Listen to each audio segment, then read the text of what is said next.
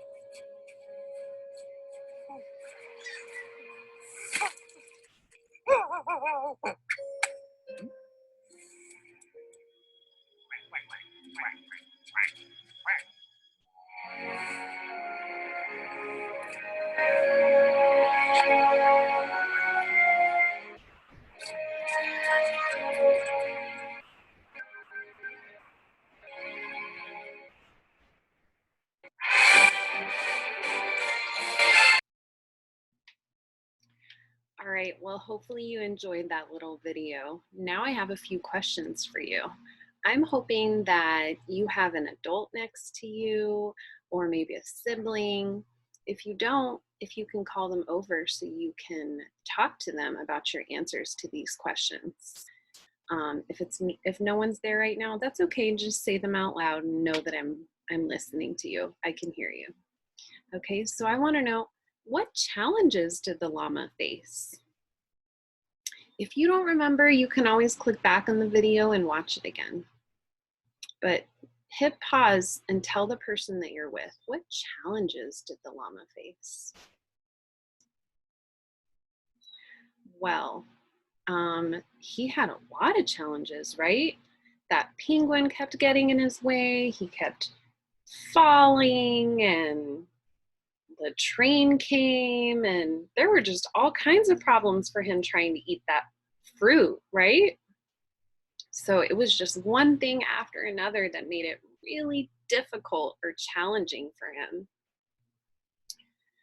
So my next question is, and this is a big question, but how did the llama persevere towards his goal? That means, how did he just keep trying and trying, even though he encountered all those challenges? He had all those difficulties. You can hit pause and tell the person that you're with. So I noticed him really persevering, trying really hard, even when he got hurt and injured. And especially towards the end, I noticed he was just really sad and discouraged when he went and sat down on the side of the mountain. So even though he was feeling a lot of different emotions along the way, he still kept trying, no matter how hard it got for him. So now I want you to think about yourself, because you face challenges too, and you have things you have to accomplish or you want to accomplish.